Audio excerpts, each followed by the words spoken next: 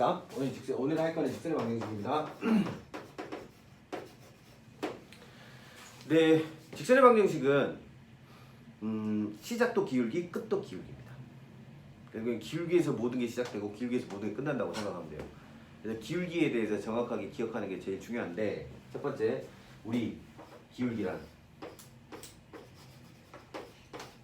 에 대해서 한번 배워봅시다. 기울기라는 거는 뭐냐면 우리가 흔히 일상생활에서 사용하는 가파른 정도 경사도 이런 거라고 생각하시면 안 돼요. 그냥 순수하게 정의는 x가 1만큼 변화했을 때 나는 이걸 이렇게 써도 상관이 없다고 생각합니다. 1 증가할 때 y의 변화입니다. 기울기가 3이라 하면 x 1 증가시키면 y는 얼마 늘어난다는 얘기야? 3만큼 증가한다는 얘기야. 기울기가 마이너스 2분의 1이라는 얘기는 x 1 증가시키면 y가 2분의 1 줄어든다는 얘기야. 이게 기울기의 시작이야. 그리고 이거를 수학적으로 세련되게 표현하기 위해서 이렇게 바꾸기 시작해. 밑으로 이렇게. 요거를 x2 빼기 x1 y2 빼기 y1 이렇게 쓴단 말이지. 분모는 뭐다? x 값의 변화량, 분자는 뭐다? y 값의 변화량. 조심해줘. 이라고 합니다. 이렇게 해서 구한 게 뭐다? 우리가 알고 있는 기회니까요. 요걸 x 값의 변화량, 이게 y 값의 변화, x 값의 변화, y 값의 변화라고 기억을 하시면 돼요. 그러니까 두 점이 주어지면, 예를 들어 3,2하고 마이너스 2,1이라는 점이 주어지면 얘가 얘로 갈 때 x가 얼마만큼 늘어나? 줄어들어? 5만큼 줄어들었어. 그래서 x의 변화는 5고 마이너스 5고, 얘에서 얘로 갈 때 y의 변화는 얼마야? 그렇지, 마이너스 1인 거야. 그래서 기울기는 얼마였던 거야?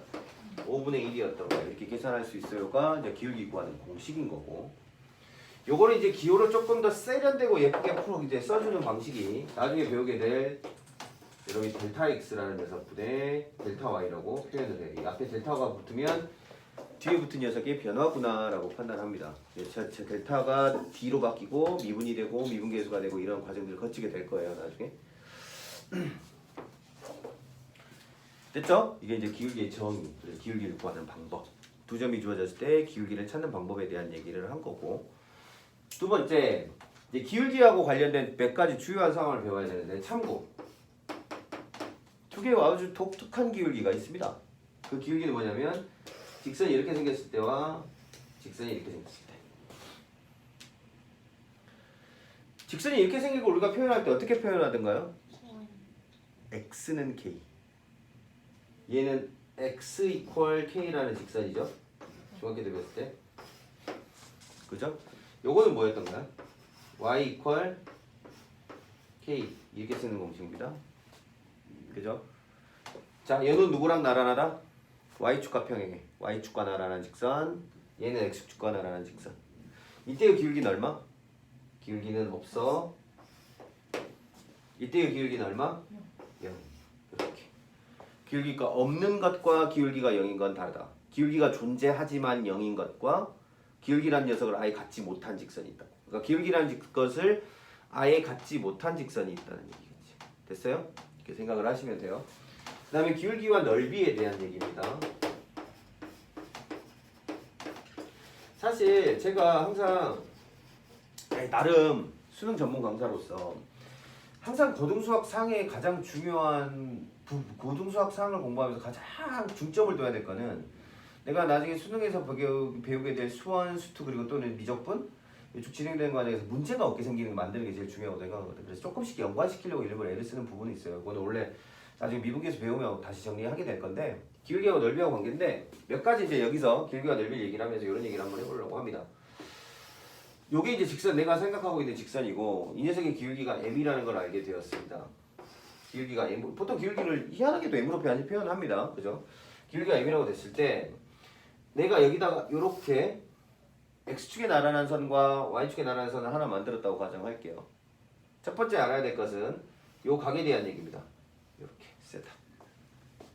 이걸 우리 저 세타를 뭐라고 표현하냐면 x축의 양의 방향과 누가 이루는 직선이 이루는 각이라고 얘기합니다. x축의 양의 방향과 직선이 이루는 각을 우리가 뭐라고 하냐면 세타라고 표시한 겁니다. 지금 여기서. 그랬을 때 이 기울기를 뭐와 같다? 탄젠트 세타와 같음을 우리가 뭘 배워놨습니까? 중학교 3학년 때 배웠었습니다. 그래서 여기서 우리가 또 참고로 기억해 놓으셔야죠. 그러면 이제 직선의 방향을 공부하는 데 있어서 이걸 모르면 계속해서 문제가 될 거니까. 탄젠트 30도는 얼마일까요? 네, 루트 3분의 1이고요. 탄젠트 몇 도는? 45도는 1이고요. 탄젠트 60도는 얼마입니다? 루트 3입니다. 요 정도는 알고 갑시다. 이 정도는 모르면 나중에 문제 풀 때마다 저게 무슨 소리예요? 갑자기 이런 소리가 튀어나오니까 반드시 외우셔야 됩니다. 괜찮죠? 자, 아까도 얘기했지만 기울기라는 건 뭐라 했죠? 기울기라는 거는 x값의 변화량과 분의 y값의 변화량이라고 그랬어. 그러면 내가 두 점을 찍어서 이 한 점을 요 점이라고 하고 나머지 한 점을 이렇게 두 번째 점 요거로 정의할게요. 오케이? 그러고 나면 x값의 변화량은 요거라는 걸 아네. 요만큼 오른쪽으로 갔다고 보면 되는 거고 y값의 변화량은 요렇게 뭘로 갔다? 위로 갔다라고 생각하면 되겠다. 그쵸? 괜찮아요? 그래서 요 길이 분의 요 길이가 뭐가 될 거다? 길이가 될 거다. 당연한 거고요. 흔히 말하는 탄젠트 밑변분의 대변. 근데 재밌는 게 요 길이가 뭘로 주어졌냐면 이제 L로 주어졌다라고 가정해 봅시다. 이렇게. 그러면 L분의 요 길이가 M이죠. L분의 요 길이가 M이죠. 그럼 요 길이는 뭐여야 돼요? M 곱하기 L이어야겠죠. 괜찮습니까? 그러고 나면 요 넓이가 얼마가 되어야 합니까? 요 넓이는 그렇죠. 2분의 1에 M, L 제곱 이렇게 된다는 것도 기억하셔야 될 겁니다.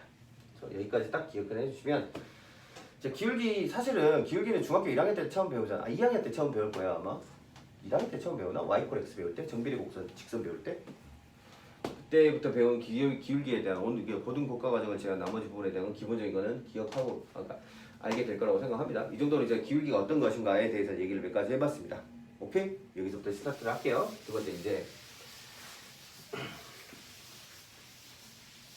두 번째는 뭐냐?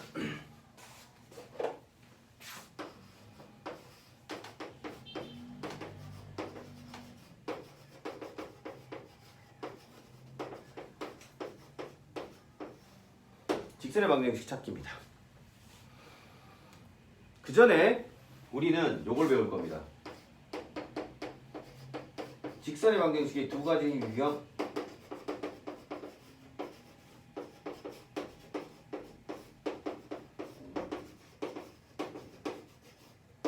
두 가지 형태인데 1번이 뭐냐? 무슨 형? 표준형.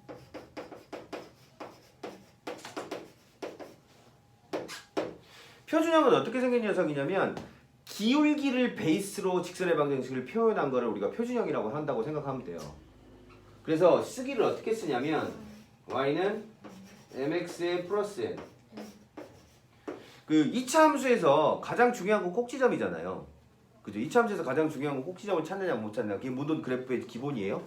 그래서 2차 방정식에서 가장 중요한 요소인 꼭지점에 대한 정보를 가장 명확하게 보여주는 게 표준형이었듯이 직선에서 가장 핵심이 되는 포인트인 기울기를 명확하게 드러내고자 하는 것이 뭐다?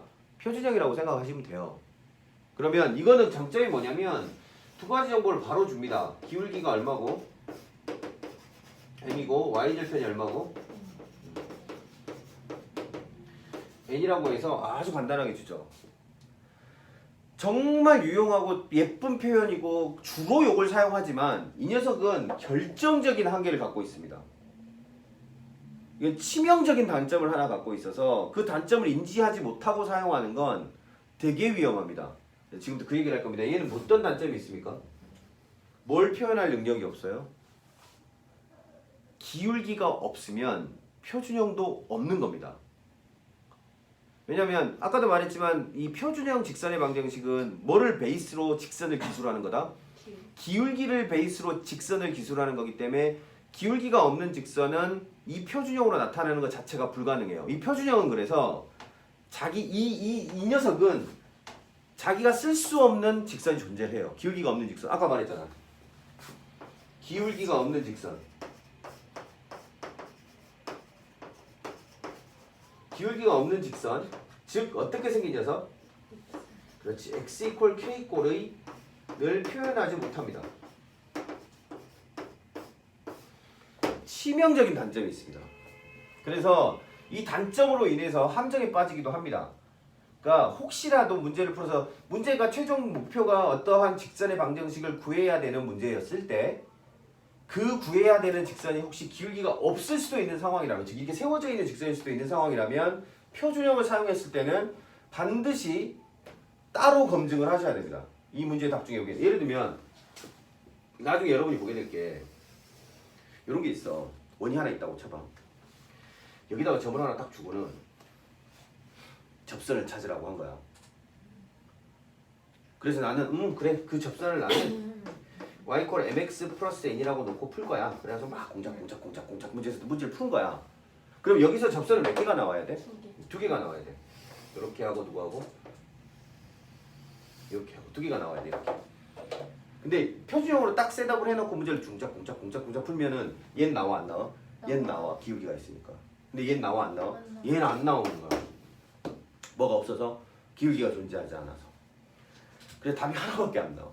즉 그럼 이 문제를 딱 볼 때 어머? 이 원에다가 이 점에서 그릴 수 있는 접선 중에는 기울기가 없는 직선이 있을 가능성이 존재하므로 나는 표준형을 사용해서 문제를 풀더라도 x 이퀄 k가 되는 상태에 대해서는 다시 한번 풀 거야 라는 마음을 가지고 들어가야 함정에 안 빠져요. 되게 중요한 얘기예요. 오케이?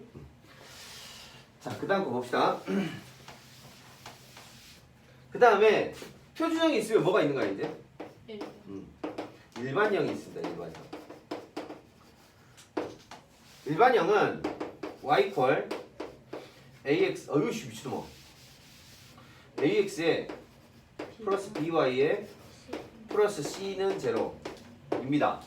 물론 이 녀석에서 기울기는 뭘로 찾으면 돼요? 마이너스 b분의 a로 찾으면 돼요. 이때는 b가 뭐가 아니라는 가정하에 0이 아니라는 가정하에만 가능하겠죠. b가 0이라는 얘기는 얘가 없다는 얘기고 얘가 없다는 얘기는 x 이퀄 k라는 방정식, 즉 기울기가 없는 직선이라는 얘기가 돼요. 됐어요? 얘는 그래서 b에다가 0을 넣음으로써 기울기가 없는 직선 x 이퀄 k도 표현할 수 있어요. 그죠? 얘가 온전한 놈이에요. 얘가 반편이죠. 하지만 얘는 편해요. 얘는 불편해요. 왜냐고요? 얘는 미적계수 3개가 놓여 있고요. 얘는 미적계수 2개가 놓여 있어요.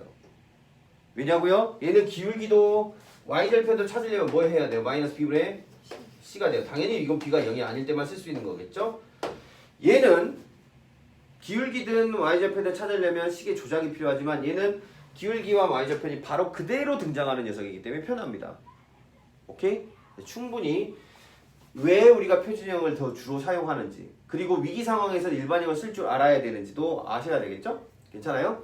이 녀석은 표현 못하는 직선이 없어서 훨씬 좋으나 미적계수가 3개가 있다라는 단점이 존재하긴 해요. 물론 이런 것도 있죠. A, B, C를 모두 알 필요는 없어요. 직선의 방정식을 구하기 위해서 A와 B와 C의 비율만 알아도 뭘 구할 수 있어요? 직선을 구할 수 있어요. 그렇기 때문에 미지수가 엄밀히 얘기하면 미정계수가 또는 미지수가 3개라고 얘기하실 필요는 없긴 한데 어찌됐건 시각적으로 봤을 때만 해도 명백히 저게 되게 예쁘다는 건 알아요. 우리가 익숙하기도 하고요. 우리는 주로 직선의 방정식을 사용할 때 뭘 사용할 거다? 표준형을 주로 사용할 거다. 하지만 특정 상황에서는 뭘 사용해야 한다? 일반형을 사용해야 된다는 것만 알고 계시면 돼요. 됐죠? 자, 이제 구해볼게요. 직선의 방정식 찾기는 두 가지로 주어집니다. 첫 번째, 기울기를 알 때와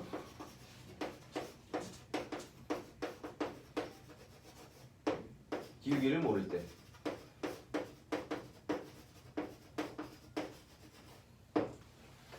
기울기를 알 때는요, 반드시, 그러니까 이렇게 두 가지 요소가 주어져요. 기울기를 알 때라는 얘기는 흔히 이렇게 얘기해도 돼요. 기울기 플러스 한 점.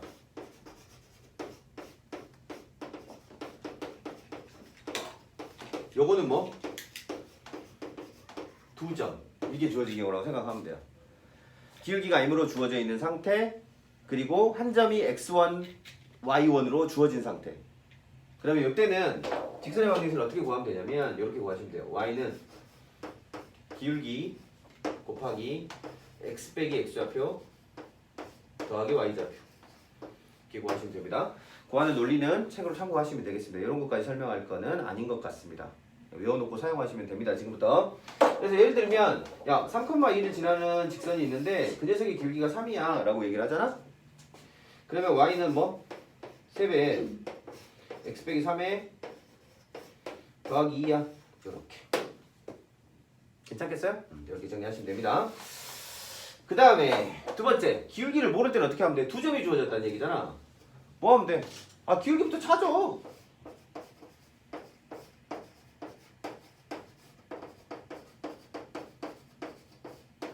그래서 이렇게 해. 이렇게 하면 돼. 이렇게. 기울기를 찾는 공식이 뭔데? 아까 얘기했잖아. 기울기는 어떻게 찾으면 된다? x2 빼기 x1에 y2 빼기 y1. 이걸로 기울기부터 찾으시면 되겠습니다. 괜찮아요? 그럼 2점이 주어진 거야. 아까처럼 3,2하고 뭐 마이너스 2,6하고 이런 식으로 주어진 거지. 괜찮아? 2점이 주어서 기울기 알아 몰라? 기울기 몰라. 그럼 기울기부터 찾으라고. 기울기를 어떻게 찾는다고?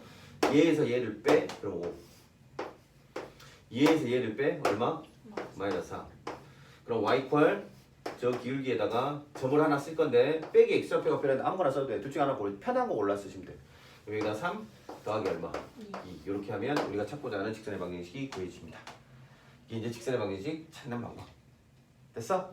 물론 하나를 더 배울 거예요. x절편, y절편을 알 때.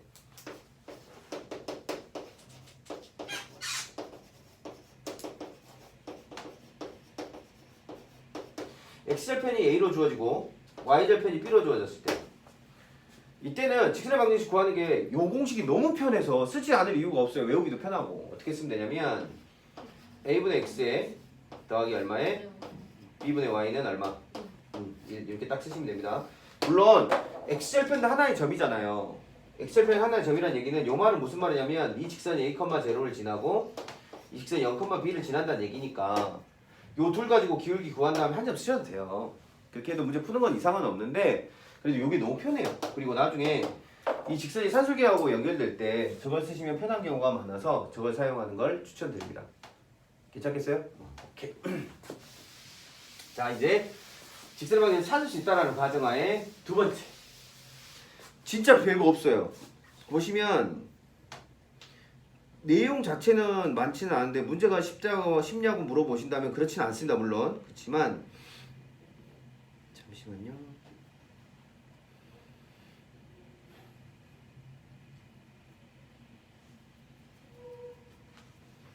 자, 그 다음 내용은 직선과 직선의 위치 관계 따질 겁니다. 세 번째 주제입니다. 직선과 직선의 위치 관계.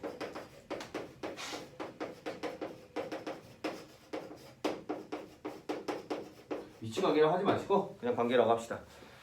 저는 두 곡선이 완전 일치하는 경우를 굳이 두 직선의 위치라고 관계라고 따져야 되는가에 대한 의문은 있는 사람이긴 하지만 그래도 어찌됐든 책하고의 혼란을 두지 않기 위해서 책하고 똑같은 방식으로 정리를 하긴 할게요. 1번 두 개의 직선이 주어져야 되잖아요. 직선 두 개가 이렇게 주어진 거예요. 하나는 요게 뭐인 경우? 표준형으로 주어진 거예요. 하나는 이렇게 주어진 경우. 두 개의 직선이 뭘로 주어진 겁니까? 이 경우는 표준형으로 주어진 경우예요. 자, 1번. 두 직선이 평행하대요. 그 말은 무슨 말일까요? 평행하려면 기울기가 같아야 해요. 그쵸? 그래서 m하고 그렇지, m-가 같으면 돼요.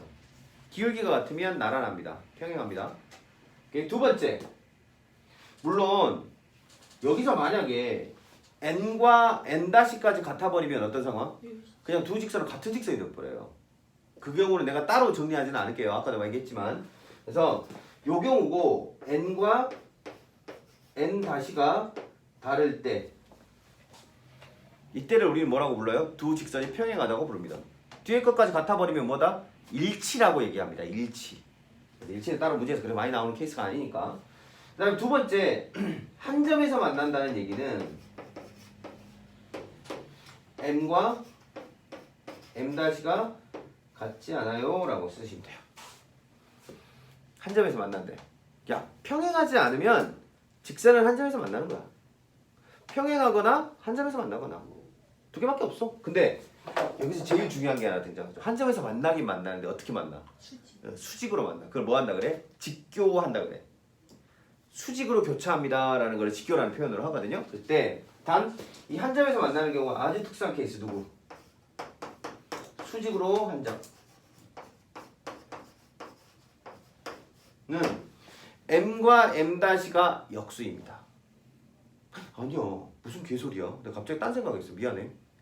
m 곱하기 m-가 무슨 다른 거랑 섞였어요. 미안해요. 여기 얼마입니다?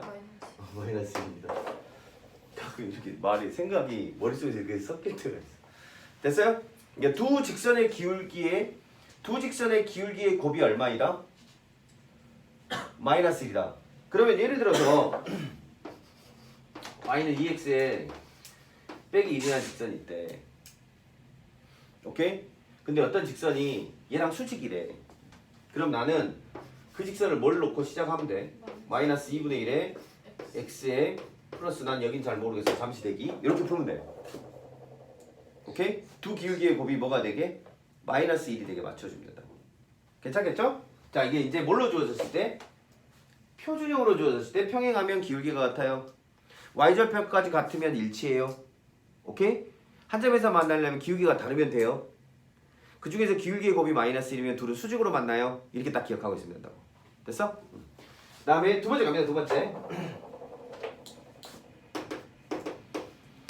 두 번째는 뭘로 주어졌을 때? 일반형으로 주어졌을 때.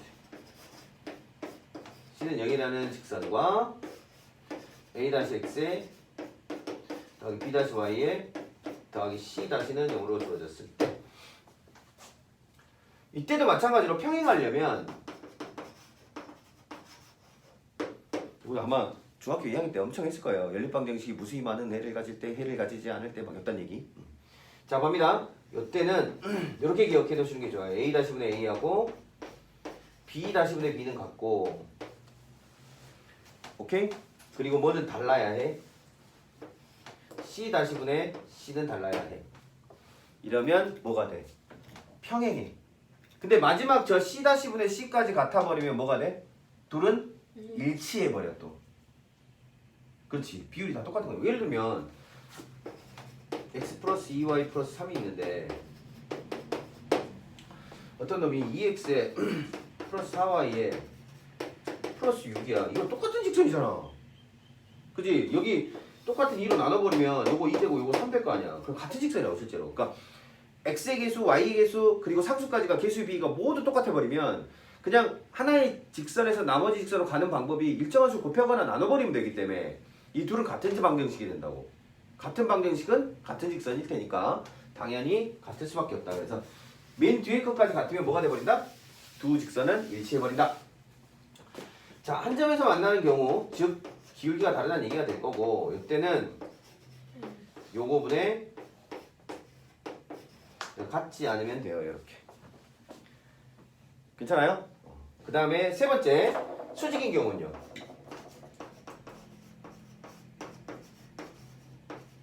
수직인 경우에는 요것도 기울기 구해서 곱해서 마이너스 1로 오면 되는데 일반형을 굳이 쓴다는 얘기는 굳이 일반형을 쓰는 이유는 뭐예요? 기울기가 없는 직선에 대한 배려잖아요. 그러니까 기울기를 찾아서 푸는 것보다는 그냥 외워두세요. AA-하고 더하고 BB-를 곱해서 정리하면 얼마가 되더라? 0이 되더라. 이걸 딱 외워두세요. 아시겠죠?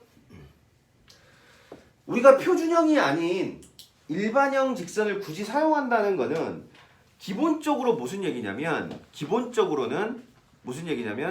이 기울기가 없는 직선에 대한 고려를 하겠다라는 얘기이기 때문에 기울기를 쓰려고 막 억지로 달려드는 건 그렇게 좋지는 않긴 해요. 물론 우리는 늘 일반형으로 주어지더라도 기울기는 얼마야, y절편은 얼마야 막 이렇게 풀긴 하겠지만, 오케이? 여기 이제 직선과 직선의 위치 관계. 지금부터가 이제 진짜 어려운 얘기가 조금 시작됩니다. 두 직선의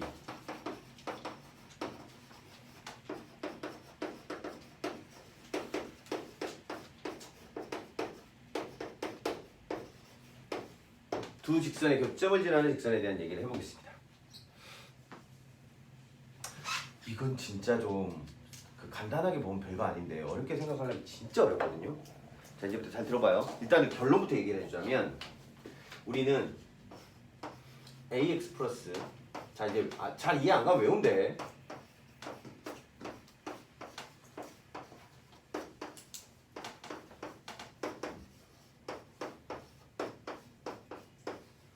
이렇게.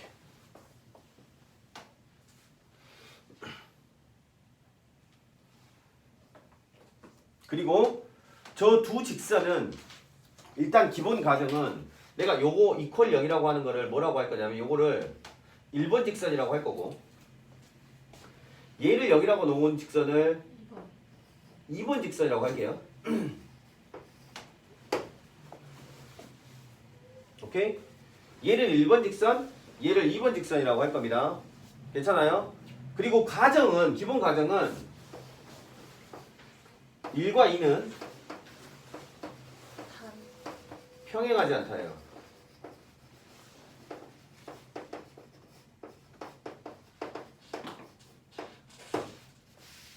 일과 2가 평행하지 않다는 얘기는 당연히 일치하지도 않는다는 얘기예요. 같은 직선이 아니에요. 다른 직선이어야 해요.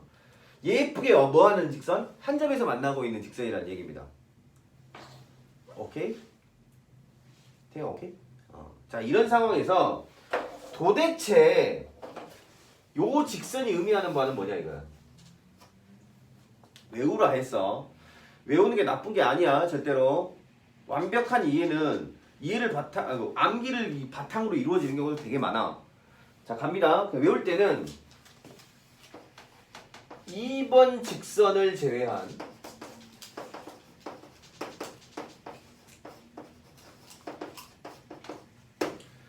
두 직선의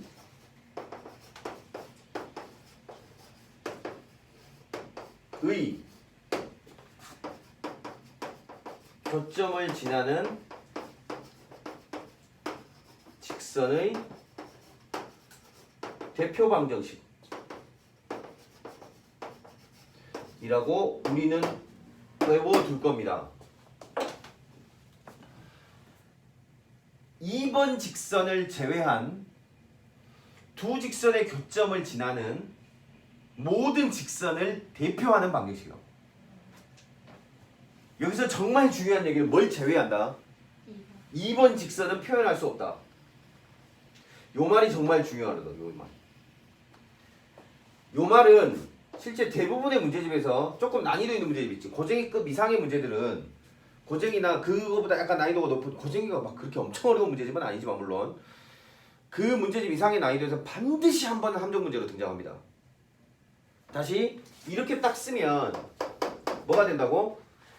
2번 직선을 제외한 두 직선의 교점을 지나는 모든 직선을 대표하는 방정식이에요. 그 말은 무슨 말이냐? 자, 1번 직선이 생겨먹기를 이렇게 생겨먹었대요. 그 2번 직선이 이렇게 생겨먹었대요.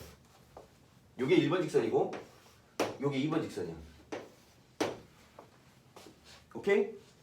그러면 이 노란색은 뭐냐 이거야. 노란색은 저 노란색은 K 값에 따라서 K 값이 어떤 값이 대입되냐, 그 K 값이 어떤 값으로 주어지느냐에 따라서 얘일 수도 있고 얘일 수도 있고 얘일 수도 있고 얘일 수도 있고 얘일 수도 있고 얘일 수도 있고 다 가능해. K 값이 어떤 값이냐에 따라서 저 노란색으로 이루어진 근데 다 똑같은 공통점이 뭐야? 모두 다 1번과 2번의 교점인 요 점은 지나고 있어. 저 점을 지나고 있는 저 수많은 직선들을 대표하는 식이고, 그러면 저 수많은 직선 중에 누구인가는 누가 결정해줘? K가 결정해주는 거야. 그래서 K가 얼마로 딱 주어지면 이렇게 생각하면 돼. 심의를 머릿속으로 생각해봐. 사실 K가 미정인 상태는 그 뭐야 그런 거 있잖아. 그 복권 이렇게 요 돌리는 거 있지. 돌리는 거. 핑 돌려. 그러다가 누가 이렇게 화살을 팡 쏘잖아. 딱 거기서 꽝 그러면 꽝이고 뭐 제주도 여행권 막 이러면 제주도 여행 가고 그치? 그 막 제주도 여행을 한 사람으로 이야기를 들을 수 있는 권리 뭐 이런 거 알고 봤더니 뒤에 조그맣게 써져 있는 거지. 그런 것들도 가능한 거지. 그래서 이렇게 생각을 해봐. 직선이 K가 아직 미정인 상태에서는 직선이 빙글빙글 돌고 있는 거야. 돌고 있는데 K가 얼마야 하면 딱 서 그냥. 그래서 그 직선 K가 얼마일 때는 그 중에 누구 K라 막 이렇게 결정하는 느낌인 거지.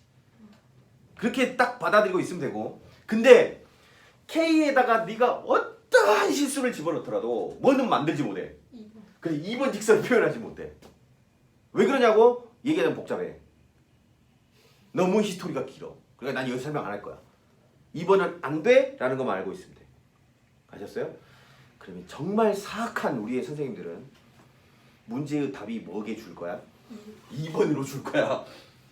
그러면 이렇게 놓고 풀면 답이 나와 안 나와? 안 나와. 답이 없어요 라고 나오겠지. 그래서 정말 편리한 도구거든?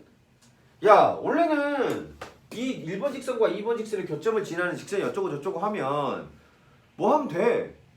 교점 찾으면 되지. 야 교점 찾는 거 그래프에서 교점 찾는 건 두식 연립하면 된다는 건 다 알고 있잖아.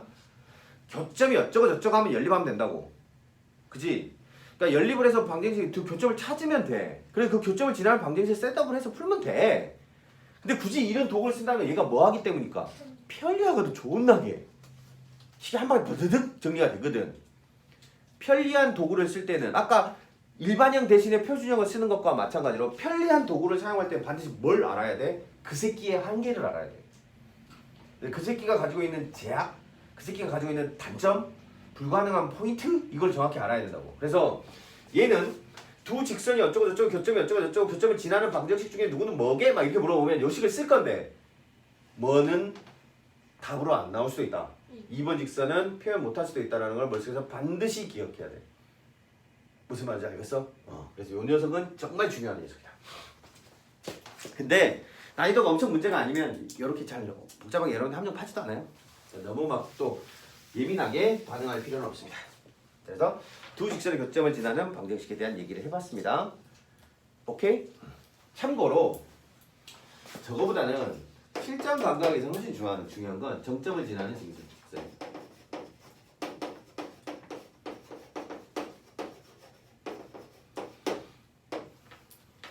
이제 지금부터 얘기를 잘 들어야 됩니다.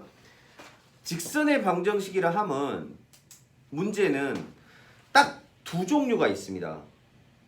딱 두 종류가 있어요. 무조건 또 두 종류라고 하면 또 뭐 말이 많을 수도 있는데 하여튼 나는 그래. 누가 뭐라 그러든가 마든가. 오케이? 두 종류가 있어. 첫 번째, 기울기가 고정된 상태에서 직선이 위아래로 움직이는 문제. 두 번째 문제는 점을 하나 빵 찍어놓고 직선을 잡아 돌리는 문제. 빙글빙글빙글 돌면서, 즉 한 점과 기울기에 의하여 직선이 결정되는데, 기울기를 고정해주고 점을 움직이는 경우와 점을 고정해주고 기울기를 움직이는 경우, 이렇게 두 가지로 나눠서 문제를 풀게 됩니다. 그래서 우리는 기울기가 움직인다. 어머? 이 새끼는 이 직선은, 문제에서 주어진 직선은 기울기가 고정되어 있지 않네? 그러면 뭐가 있다라는 가정을 해도 돼. 이 새끼는 점이 고정돼 있다라고 생각해야 돼. 그러면 그 고정된 점, 고정점, 줄여서 정점을 찾는 게 정말 중요하다고. 그래서 그 녀석을 찾는 방법에 대한 얘기야. 그래서 뭐라고 하면 되냐면,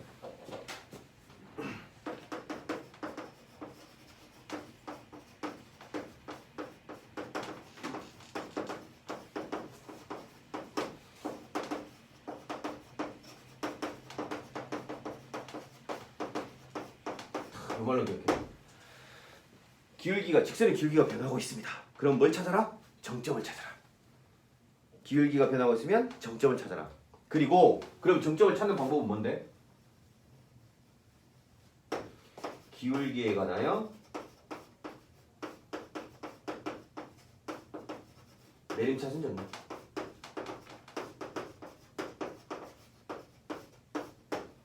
딱 딱 이렇게만 기억해 납시다. 오케이? 뭔 소리냐? 얘를 하나 들어보자. EX 어떤 직선이 하나 주어진 거야. 근데 MX에 빼기 2에 M에 더하기 3M에 마이너스 1 이렇게 닥치면 주어진 거지. 뭔 소리야 이게? 내가 뭐 계속 딴 생각이 섞이네요. 마이너스 1 이렇게 나올 거야. 이런 직선이 하나 있는 거야. X 앞에 붙은 개수가 뭔데? 기울기잖아. 기울기유자 얘는 M이잖아. M이란 얘기는 정해져 있다? 바뀐다? 바뀐다. 미적계수니까. 그치? 그러면 기울기가 변하는 직선이네? 정점을 찾아야 되네? 정점을 찾으려면 기울기에 관하여 내림차순 정리하네? 그래서 기울기에 관하여 내림차순 정리. 이렇게.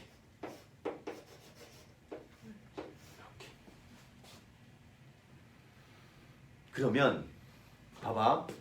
x가 2라면 기울기가 얼마든 간에 기울기 앞에 곱이 뭐니까? 빵이니까 기울기가 얼마이든 간에 y 이퀄 뭘 지나게 돼 있어? 2를 지나게 돼 있어. 그래서 2, 빼기 1이라는 점은 기울기와 관계없이 항상 지나게 될 무슨 점이 되는 거야? 고정점이, 즉 정점이 되는 거지. 그럼 이 직선은 2, 빼기 1을 기준으로 빙글빙글 돌고 있는 녀석인 거야. 오케이? 다들 이해되고 있지? 좋습니다. 여기까지 기억해두세요. 정점은 지난 직선에 대한 얘기. 자, 이제 마지막! 봐봐. 처음에 점을 배우고 점과 점의 관계를 배우고 직선을 배우고 직선과 직선의 관계를 배우고 직선과 점의 관계를 배운다 했죠? 그래서 우리 지금 뭘 할 거냐면 네 번째 주제인 직선과 점. 조금 뒤에 어려운 것도 나올 수 있으니까 조금 집중 좀 해주세요. 조금만 집중합시다. 한 15분 정도면 됩니다. 이제. 자, 갑니다. 직선과 점에서는 첫 번째 뭘 정의해야 되냐? 직선, 1번. 첫 번째가 뭐냐면 점과 직선 사이의 거리. 자, 점과 직선 사이의 거리라 하면 직선을 하나 그려놓고 점을 하나 찍어놓고는 둘 사이 거리를 찾으래. 그랬더니 태영이는 여기 요 거리를 구하고 지윤이는 요 거리를 구하고 가은이는 요 거리를 구하고 서영이는 이 거리를 구하고 인성이는 이 거리를 구하고 막 이러면 난리가 날 거 아니야. 그래서 정의를 해줘야 돼. 점과 직선 사이의 거리라 하면 이런 것이야 라고 수학자들이 먼저 정리를 딱 해줘. 그리고 그걸 구하는 공식을 배워. 다 똑같아. 뒤에 기하는. 예를 들면 공간으로 가도 똑같아.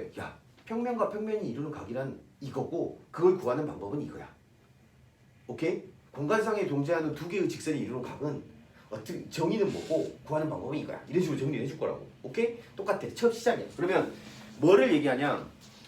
수학에서 말하는 직선이 하나 존재하고 점이 하나 존재했을 때 둘 사이의 거리는 그 점으로부터 그 직선에 뭘 내려? 수선을 내려. 그리고 요 놈을 뭐라 불러? 수선의 발이라고 하지? 그지? 이 수선의 발과 요 사이의 거리, 요 녀석을 우리는 뭐라고 불러? 점과 직선 사이의 거리라고 불러. 물론 이거는 저 점으로부터 직선에 이르는 최단 거리이기도 해. 가장 가까운 점이기도 해. 그 녀석을 우리는 점과 직선 사이의 거리라고 부른다고. 그럼 이제 우리는 저걸 뭐 해야 돼? 구할 수 있는 방법을 찾아야지. 저걸 구하는 방법은 자, 직선의 방정식이 뭘로 주어져야 하냐면 여기선 일반형으로 주어져야 돼. 왜냐고? 직선이 이렇게 생겼을 때 점이 이렇게 주어졌으면 이 길이도 구할 수 있어야 될 거 아니냐고. 그지? 그러므로 일반적으로는 뭘 사용해? 일반적으로는 일반형을 사용해? 맞으면 이상한데? 하여튼 닥치고 일반형을 써. 오케이? 일반형을 쓸 거야. AX에 더하기 BY에 더하기 C는 0으로 주어져 있고 이 점이 주어지기를 P, Q라고 이렇게 주어져 있는 거야. 오케이? 그랬을 때 이 둘 사이의 거리 이걸 뭐라고 부르냐면 우리가 D라고 부르는데 이 D를 구하는 방법 D는 다음과 같아. 봅시다. 첫 번째 X 앞에 개수 Y 앞에 개수 제곱의 합을 구해. 루트. 선생님 이거 증명은요 알아서들 하세요. 책에 아주 친절하게 잘 나와 있으니까 이해되시면 이해하시고 아니면 그냥 외우시면 됩니다. 됐죠? A의 제곱에 더하기 B의 제곱에 루트 씌우고 절대값 빵 씌운 다음에 그 다음에 X 자리에 P, Y 자리에 Q를 넣습니다. 그래서 AP에 여기 BQ에 플러스 C 이렇게 딱 외워두시면 됩니다. 이게 뭐다? 점과 직선 사이의 거리다. 됐어요? 됐죠?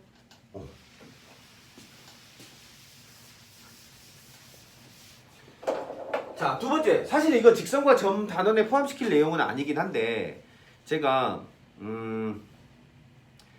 교육과정도 아니고 이런 얘기만 한번 해보세요. 요거는 교육과정 외입니다. 직선의 평면 분할이라는 게 있습니다. 예를 들어서 직선이 이렇게 하나 쫙 펼쳐져 있어요. 칠판이. 그러면 칠판을 무한히 확장돼야지 물론 평면이긴 하지만 저 직선은 평면을 몇 개로 나누어요? 두 개의 구분된 공간으로 면으로 나눠요. 그죠? 그쵸? 잘 봐. 그러면 저 직선이 하나가 딱 등장하는 순간 평면 위의 점은 세 개로 분류가 됩니다. 왜냐? 첫 번째는 직선 위의 점. 직선 위의 점, 왼쪽 면점, 오른쪽 면에 있는 점. 오케이? 괜찮지?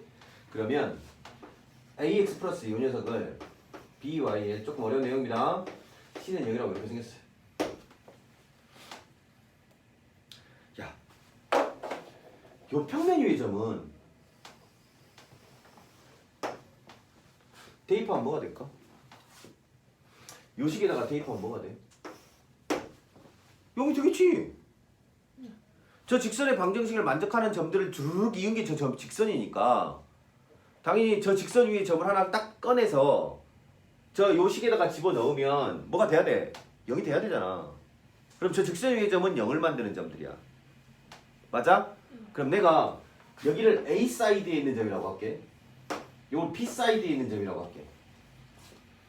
그러면 A 사이드에 있는 점은 분명 0은 아닐 거야. 그러면 양수이거나 또는 음수이겠지. 이해되고 있어? 그러면 이쪽 사이드에 있는 점들끼리는 다 양수이거나 다 음수야. 그러면 이쪽 사이드에 있는 놈들은 다 양수이거나 다 음수일 거야. 근데 둘이는 같지 않아. 그래서 얘가 다 양수면 얘가 다 음수야. 얘가 다 음수면 얘가 다 양수고. 이렇게 직선은 평면을 분할해. 이 내용은 조금 어려울 수 있는데 물론 교과과정도 아니어서 어떻게 활용하느냐에 따라서 꼭 필요한 내용은 아닐 수 있는데 특정 몇 가지의 문제를 굉장히 손쉽게 풀게 해줘. 그래서 기억을 해놔야 돼. 알았지? 이럴 때 이렇게 기억해. 평면이 있어. 직선이 나눠. 직선 위의 점들은 저식을 0으로 만들어. 그럼 이쪽 사이드하고 이쪽 사이드는 플러스 마이너스가 어떤 놈이 플러스고 어떤 놈이 마이너스인지 모르지만 여기 있는 점들은 대입하면 양수 또는 음수고 이쪽에 있는 점들은 그 녀석과 반대의 값을 갖게 돼. 오케이? 이 정도만 기억을 딱 해놓자고. 자, 여기까지 더 정리할 거 있습니다. 이제 안 끝났어요 아직. 물론 책에서는 끝났죠. 우리는 아직 안 끝났습니다. 직선의 평면 분할입니다. 어이씨 빼먹을 뻔.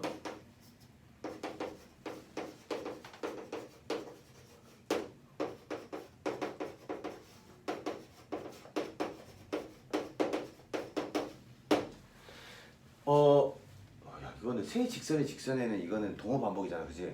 아우 쪽팔려. 이 정도 이상한데? 그냥 이해하지? 이해하도록 해. 세 직선의 평면 분할 종류는 네 가지. 첫 번째, 셋 다 평행의 이런 망할. 이런 경우가 나오겠냐? 그지? 너무 특수하잖아. 그래서 두 번째는 두 개는 나란해. 하나는 이렇게 되어 있어. 세 번째는 뭐? 셋 다 뭐 하지 않아? 평행하지 않아. 이렇게. 네 번째는 셋 다 평행하지 않긴 한데 세 놈이 뭐에서 만나버려? 한 점에서 만나버려. 이렇게. 자, 이렇게 얘기합니다. 야, 세 직선이 있어. 그 세 개의 직선이 삼각형을 못 만들어. 그러면 몇 번? 1번, 2번, 4번. 오케이? 세 개의 직선이 삼각형을 만들지 못해. 그럼 몇 개? 1번, 2번, 4번. 야, 세 개의 직선이 평면을 4개로 분할해. 몇 개? 1번. 세 개의 직선이 평면을 몇 개로 분할해? 7개로 분할해. 평면 분할은 4개, 6개, 7개, 6개. 그럼 뭐가 제일 많이 나올까? 6개가 제일 많이 나옵니다. 다음 세 개의 직선이 평면을 몇 개로 분할해? 6개로 분할한다고 하면 뭐하고 이 경우와 이 경우를 고려해 주세요 라는 문제가 되는 거지. 다음 세 직선이 평면에서 삼각형을 만들지 못할 때 라고 얘기해도 일반적으로는 요건 잘 안 나온다니까. 얘이거나 얘이거나가 나와. 항상 많이 나오는 건 요 두 가지. 셋 중에 2개가 평행하거나 셋이 한 점에서 만나거나 요걸 문제를 풀라고 많이 합니다. 됐죠? 그 다음 마지막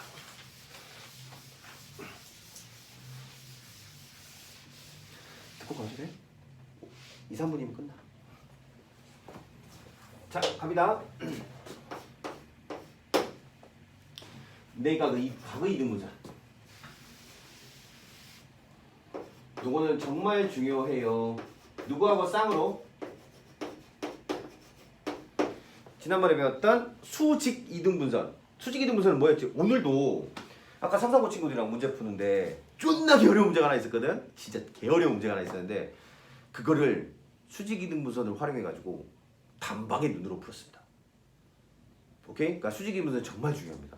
수직 이등분선이 뭐라고요? 두 점으로부터의 거리가 같은 점들의 모임이었잖아. 그걸 수직 이등분선이라고 한다고. 이 각의 이등분선은 뭐냐면 물론 이렇게 생긴 2개의 직선이 있습니다. 이 두 직선에 이루는 각은 각의 이등분선이라고 하면 두 종류가 있는 거야. 첫 번째, 요쪽 각을 이등분하는 요런 직선도 있을 거고 당연히 요쪽 각을 이등분하는 요런 직선도 있을 거야. 그래서 어떤 2개의 직선이 주어진 상태에서 직선 2개가 주어진 상태에서 각의 이등분선을 찾아라. 두 직선이 이루는 각을 이등분하는 선을 찾아라고 하면 반드시 몇 개가 등장? 2개가 등장. 오케이? 그리고 그 2개의 직선은 재미있게도 반드시 뭐? 수직. 왜냐고? 요각하고 요각이 같지? 요각하고 요각이 같지? 맞아? 근데 봐봐. 요각하고 요각이 이루는 요각은 O 하나 X 하나. O 2개 X 2개는 180도. 그럼 O 하나 X 하나는 90도. 이해되시겠어요? 그래서 각의 이등분선 두 녀석은 반드시 서로 수직해. 그러니까 알고 있어야 되고. 그러면 얘는 특징이 뭐냐? 어디 있어? 백색. 특징이 뭐냐면 정의해. 두 직선으로부터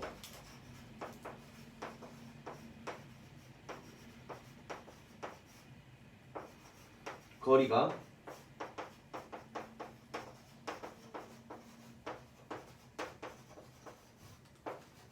같은 점들의 모임입니다. 두 직선으로부터의 거리가 같은 점들의 모임. 왜 그런지 봐. 집중! 내가 봐봐. 여기다 점을 하나 찍어. 그러면 요 거리하고 요 거리 뭐 해야 돼? 반드시 같아야 되지. 직각삼각형의 합동 때문에 여러분 옛날에 중학교 2학년 때 아마 증명해봤을 겁니다. 그러니까 이 주황색 점에 어디를 찍더라도 그 점으로부터 두 직선까지의 거리는 뭐 해야 돼? 같아야 해. 이런 식으로. 그래서 각의 이등분선 이퀄 두 직선으로부터 이르는 거리가 같은 점들의 모임이 되고 구하는 방법은 이러해. 두 직선이 어떻게 주어졌냐면 얘가 뭘로? ax 더하기 by 더하기 c로 주어지고 이게 a-x에 b-y에 c-로 주어졌다는 가정하에 오케이? 두 직선으로부터 거리가 같은 점. 거리가 같아.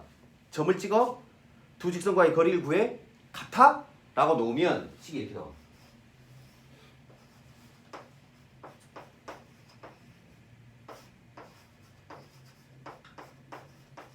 요거까지도 외워놓으셔야 돼요. 는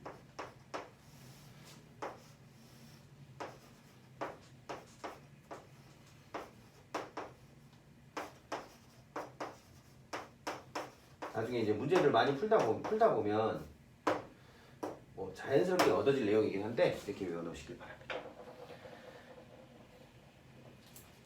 점을 x, y라고 놓고 한 직선까지 거리 구하고 나머지 한 직선까지 거리 구해서 같다고 놔버린 거야. 아까 점과 직선 사이 거리 공식을 쓴 거지. 괜찮아요? 마지막에 하나만 더 얘기합시다. 이거 그냥 말로만 합시다. 평행하대요, 두 직선이. 오케이? 이 두 개의 평행한 직선 사이의 거리를 구하래요. 그럼 너무 어렵게 물론 기하학적으로 도형을 찾아서 둘 사이 거리 구하면 정말 예뻐요. 나중에 보여드릴게요. 제일 쉬운 방법은 두 직선 중에 한 직선을 택해요. 그리고 그 위에 점 중에서 가장 쉬운 점을 하나 골라요. 그 점으로부터 여기까지의 거리를 구해요. 이때 뭘 써요? 점과 직선 사이 거리 공식을 써요. 그럼 나와요. 그 말이 무슨 말이냐면 평행한 두 직선 사이 거리 이렇게 생겼어요. 둘 사이 거리 구하라니까 아무 점에 하나 찍어가지고 여기까지 싹 내리고 요 수직 내리면 요 거리가 내가 찾고자 하는 거리란 얘기야. 무슨 말인지 오케이? 여기까지가 개념적인 끝입니다. 꽤 오래 걸리죠? 직선은 깁니다. 원은 더 길어요.